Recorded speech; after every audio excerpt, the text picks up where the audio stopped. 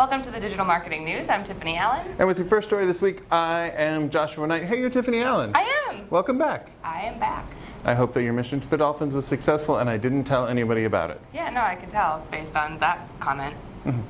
Highly confidential. You know what will no longer be highly confidential? What? Coming very soon.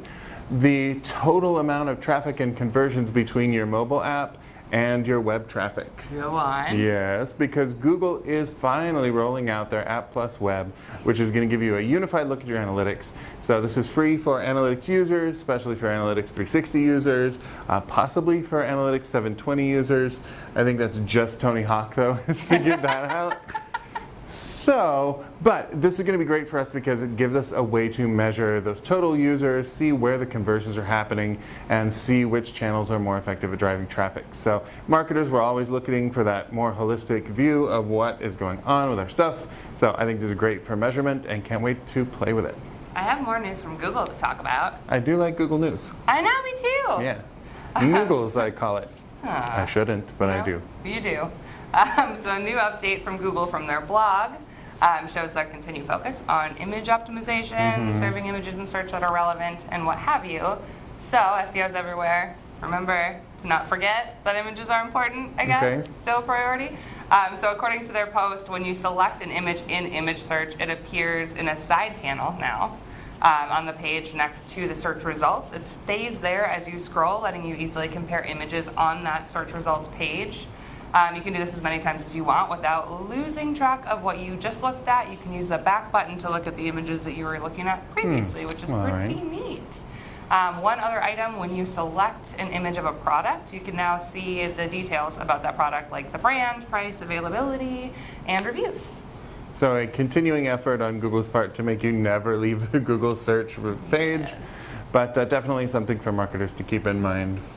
Images or SEO. Yep, definitely. And within that blog post linked to the news article, there are some webmaster tips and SEO tips for making sure everything is optimized to display on that side panel if you are an e-com site or you have products to sell. So something to think about as well while you're reading this whole entire news post. You know, once you're done reading that news post, you might want to listen to something. Go on. And it turns out that something might be a podcast. Yes. I have been known to say every now and again that podcasts continue to be a big deal. We have not yet reached peak podcast, and especially in the B2B space, there's lots of room for it. But one of the reasons that marketers are excited about podcasts, or should be, sample of 1,400 monthly podcast listeners who were all adults. So no like 3-year-olds who are super into car talk for some reason. They are not. I'm sure they're out there, but so this company, Westwood One, put out this research. They found that podcast listeners pay more attention to ads. So only 20% of them said they actively avoid ads. That's compared to 44% of people avoid ads online, 33% in email. Even on TV, 23% said they avoid ads. So, and also listeners are growing more receptive to ads. They are saying that 4 ads in a 60-minute podcast seems about right. Not too much. And the most interesting one that I thought, though, was over 50%. So 53% said that they like most of the ads they hear on podcasts. Interesting. So if you're a marketer, I think what you need to know about podcast ads, though, is they are frequently delivered by the host of the podcast. So more in that NPR vein, where you'll be bopping along and suddenly your host is like, hey, it's Bob here. Just wanted to tell you that this mattress company is amazing, and my wife and I sleep on one, and it's super great, and back to the show. Yep. So slightly different format for ads, but they do appear to have a great deal of effectiveness. So PricewaterhouseCoopers also said that, the PwC, or PDubs as I call them, said that they believe that podcast revenue will outstrip digital newspaper revenue by 2022. Cool. So it's all happening. Another sign that podcasts are happening in a big major way, podcasts are now appearing embedded in Google search. So people can listen to them straight off the search results. And you know, where Google goes, people tend to follow, but Google also tends to be following the trends of what people want. So what do we want? Podcasts. When do we want them? A lot. Later. Sure. When we're at home and we're allowed to. Sounds good. So speaking of ads. Oh, please do. It's like Segway Central. I'm killing it today. Online advertising will account for more than half of global advertising expenditure by 2021, according to new research by Zenith. Ooh, that's the tipping point. That is. It's happening. Indeed. Internet advertising is forecast to account for 52% of global advertising spend in 2021, exceeding that 50% mark for the first time. Hey, there we go. That's up from 47% of global ad spend in 2019 and 44% in 2018. All right, so the United States and China are kind of the biggest drivers here in terms of ad spend growth. So the US is forecasted to be responsible for 46% of the additional ad spend, with China being responsible for 10%. Yeah, get your business together, China. That's right. Only 10%, come on. Come on. I mean, that might, yeah, we'll talk about that later. However, this tells us a couple of things. Yes, there will be more digital advertising in the future. That also means that your digital advertising platforms are going to become more competitive. So paying attention to those best practices, using compelling content, having some sort of strategy in place are going to be very, very important here in the next coming years, as they always have been.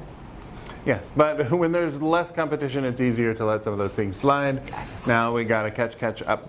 So speaking of things that we have to catch up on because there is increasing competition, slick and smooth segue makes it even smoother when you call it out. Yep. It's like how explaining a joke makes it funnier. Yeah.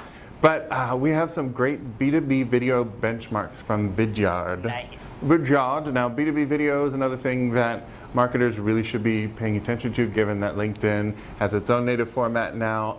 All of the major social networks are now promoting native videos. So, Vidyard is a group of folks who ought to know their stuff about video, and they had some interesting takeaways from their usage statistics. They found that the average length of video on their site is 4 minutes. Wow. But 23% of all the videos on the site are 2 minutes or less. So that 4 minute average is kind of skewed by some longer outliers, but really the meat of their videos are 2 minutes or less.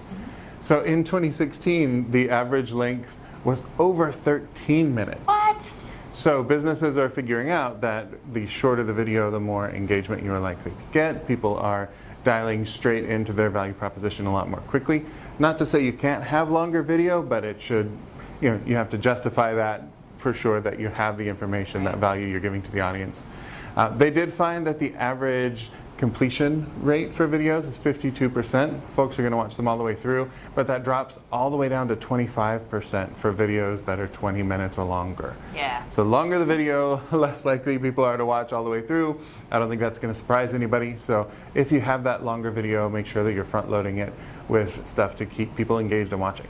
Yeah, definitely. And maybe plan for more views during the week for a business audience. Well, when are business audiences watching videos? You know, Thursdays. I wish we knew. Oh, Thursday. We do know. So business video views grow during the week, peaking on Thursday, dropping back on Friday. So of course that makes sense if folks are watching these videos at work. Thursdays evidently are the best days for this. Business video consumption peaks between 9 a.m. and 11 a.m. Pacific time throughout the week, and 87% of consumption occurs on desktop. That is huge because so little content is consumed on desktop now. But if you think about B2B content, it still has that huge desktop market. So I don't think marketers can't afford to ignore desktop in the way that a lot of other B2C folks might. Yeah, definitely. So you want to make sure those videos are a little shorter unless they're super valuable, of course. But you want to make sure they're optimized for desktop. You shouldn't ignore mobile altogether, as that is definitely a growth market in B2B, right? And get the most views if you post on the weekdays, apparently. So think about that as well. Don't get out there on a Sunday posting your 20-minute video. It might not work out as well as you think it will. No, it's not great. But you know what you should do with that longer form content? What? Put it in a podcast. Hey, there you go. Yeah.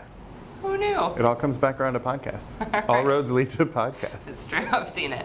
Well, that's all the news we have for you this week. We'll be back next week with more news. If you need more in the meantime, you can follow me on Twitter at Tiffani_Allen or TopRank at TopRank. That's true, and you can find me on Twitter at Nitewrites. That's Nitewrites. And please do make sure to subscribe to the blog and the YouTube channel. Yes. And we will see you next time. Bye.